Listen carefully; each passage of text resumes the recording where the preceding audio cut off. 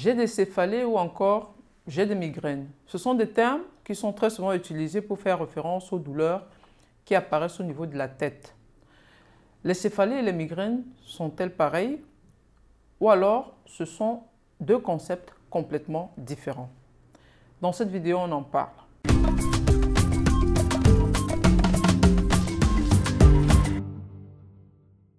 Salut à tous, bienvenue sur ma chaîne. Je suis le Dr Gayam, médecin anesthésiste et responsable de l'entreprise Domaine Médical à Barcelone. Au travers de cette chaîne, notre objectif est de vous fournir des informations médicales simples pour vous permettre de comprendre votre corps.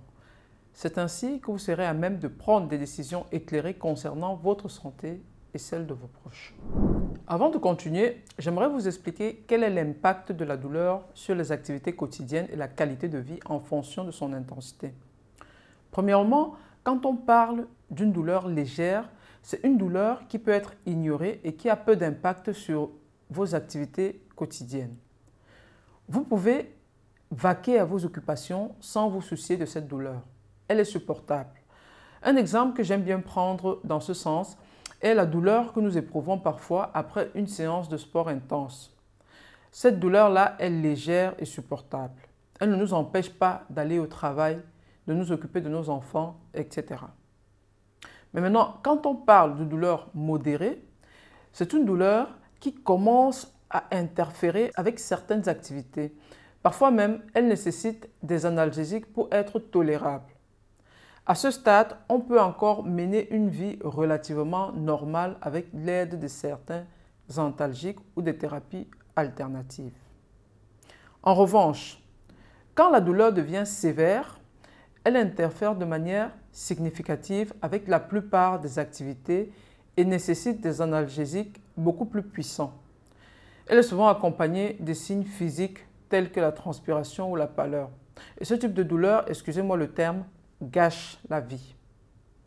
On perd toute envie de faire quoi que ce soit. Les journées se résument à la gestion de la douleur. Quel médicament vais-je prendre? Dans quelle position me mettre pour pouvoir contrôler la douleur? On a une perte d'appétit et on est de mauvaise humeur. Et la grande majorité des personnes qui se retrouvent souvent dans cette situation sont en arrêt maladie. Avec ces quelques éléments, vous pouvez déterminer si votre douleur est légère, modérée ou sévère. Cette classification ne s'applique pas seulement aux maux de tête, mais aussi aux douleurs de toute origine.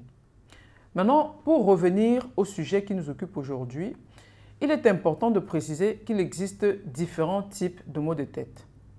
Pour commencer, concentrons-nous d'abord sur la sémantique. Les termes céphalée et maux de tête sont des synonymes. Donc, c'est la même chose de parler de céphalée pour faire référence aux maux de tête et vice-versa. Comme leur nom l'indique, les maux de tête englobent toutes les douleurs ressenties dans la région de la tête et du cou. Les migraines sont donc un type de céphalée, car elles affectent une partie de la tête. Toutes les migraines sont des céphalées, mais toutes les céphalées ne sont pas des migraines. Cela signifie qu'on peut avoir mal à la tête et que la cause peut être autre qu'une migraine.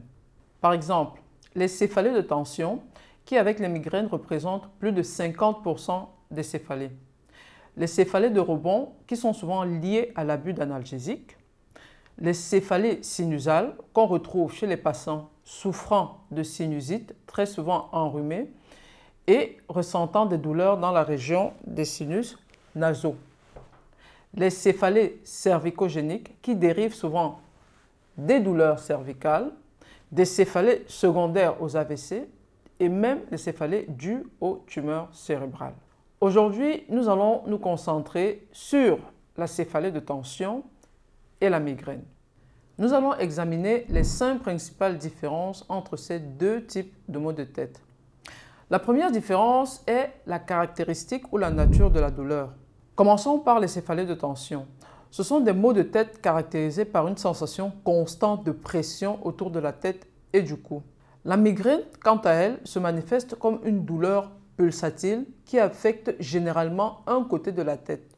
Vous ressentez comme des battements qui peuvent s'accompagner ou non de sensations de décharge électrique sur la tempe. La deuxième différence est la localisation de la douleur.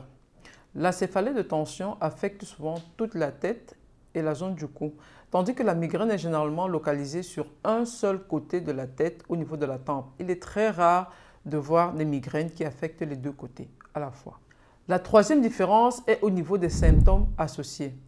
La migraine s'accompagne très souvent d'autres symptômes tels que la sensibilité accrue à la lumière, au bruit et parfois même à des odeurs, des nausées et des vomissements, ce qui n'est pas le cas dans les céphalées de tension. De manière générale, les céphalées de tension ne s'accompagnent pas d'autres symptômes, seulement des maux de tête qui affectent toute la tête et non pas seulement un côté. La quatrième différence est la présence de l'aura dans près de 25% des cas de migraine. Une aura est un ensemble de symptômes prémonitoires et transitoires qui précèdent souvent une crise de migraine ou plus rarement une crise d'épilepsie. Ces symptômes peuvent inclure des troubles visuels comme des éclairs de lumière, des sensations de picotement ou d'engourdissement à différents endroits du corps et parfois même des troubles de langage. L'aura typique dure quelques minutes à 1 heure et est suivie par la phase douloureuse de la migraine. Les céphalées de tension, par contre, ne présentent pas d'aura. Les auras sont typiques des migraines. La cinquième différence est l'intensité de la douleur. Elle est légère ou modérée dans les cas de céphalée de tension, mais passe de modérée à sévère lorsqu'il s'agit des migraines. En d'autres termes, les migraines sont généralement plus douloureuses et plus invalidantes que les céphalées de tension. Je vais conclure en vous apportant quelques données statistiques sur ces deux types de maux de tête.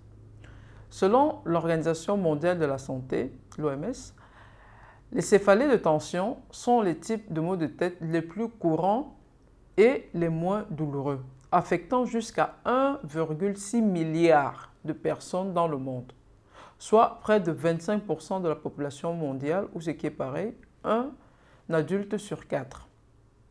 En revanche, les migraines sont des maux de tête les plus intenses et sont considérés comme l'une des principales causes d'incapacité dans le monde. Selon la fondation Migraine Research, environ 12% de la population mondiale, y compris les enfants, souffrent de migraines. Les femmes sont plus susceptibles de souffrir de migraines que les hommes, avec une prévalence estimée à environ 18% chez les femmes et 6% chez les hommes. Nous arrivons à la fin de cette vidéo sur les céphalées de tension et les migraines. À présent, vous disposez des éléments nécessaires pour déterminer si vous souffrez de migraines ou alors de céphalées de tension. Dans quel camp vous situez-vous? Je vous invite à partager vos expériences dans les commentaires. On se retrouve dans une prochaine vidéo et d'ici là, je vous souhaite une longue vie en bonne santé.